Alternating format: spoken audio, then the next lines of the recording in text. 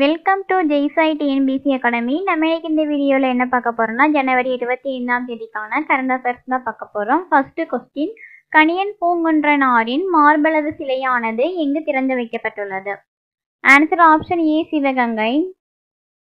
சிவகங்கை மாவட்டம் திருப்பத்தூர் வட்டம் மகிபாலன்பட்டியில் பார்த்தீங்கன்னா கணியன் பூங்குன்றனாருக்கு மார்பளவு சிலை மற்றும் நினைவு தூணானது அமைக்கப்பட்டுள்ளது.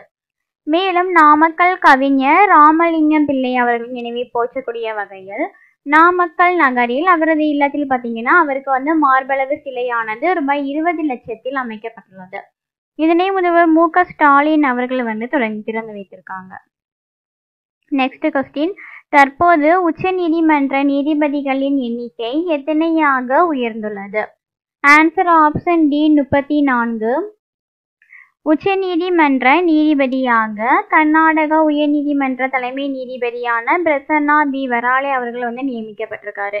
இவருடைய நியமனத்துக்கு அப்புறமா பார்த்தீங்கன்னா உச்சநீதிமன்ற நீதிபதிகளின் எண்ணிக்கையானது 34ஆக உயர்ந்துள்ளது. நெக்ஸ்ட் கொஸ்டின், எந்த ஆண்டுக்குள் 10 கோடி டன் நிலக்கரியை வாயுமயமாக்க மத்திய அரசு இலக்கு நிர்ணயித்துள்ளது? Answer option B, 2030. நிலக்கரி வாயுமயமாக்கல் திட்டத்தை ஊக்குவிக்க ரூபாய் 8500 கோடி அளவுக்கான நிதியுதவி அளிக்கும் திட்டத்துக்கு மத்திய அமைச்சரவையானது பார்த்தீங்கன்னா ஒப்புதல் அளித்துள்ளது.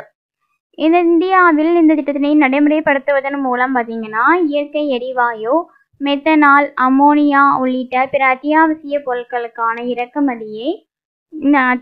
பொருட்களுக்கு இந்தியா இறக்குமதியை சார்ந்திருக்கக்கூடிய நிலையானது வெகுவாக குறையும் என எதிர்பார்க்கப்படுகிறது.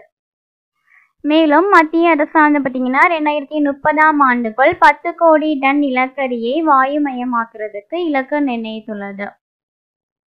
நெக்ஸ்ட் கொஸ்டின், டெசர்ட் நைட் விமானப்படை பயிற்சியில் பங்கேற்ற நாடு எது?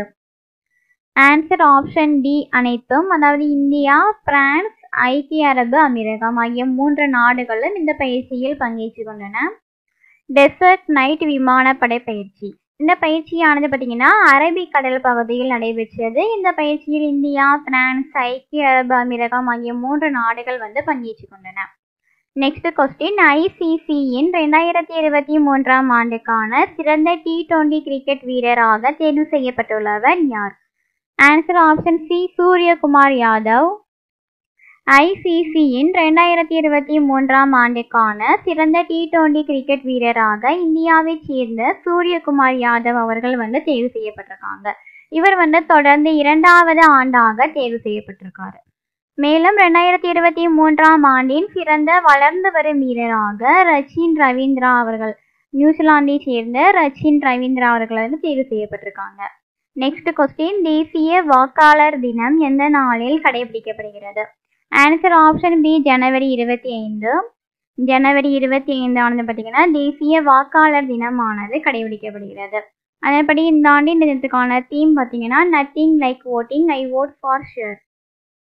நெக்ஸ்ட் கொஸ்டின், தேசிய சுற்றுலா தினம் எந்த நாளில் அனுசரிக்கப்படுகிறது? ஆன்சர் ஆப்ஷன் பி, ஜனவரி 25.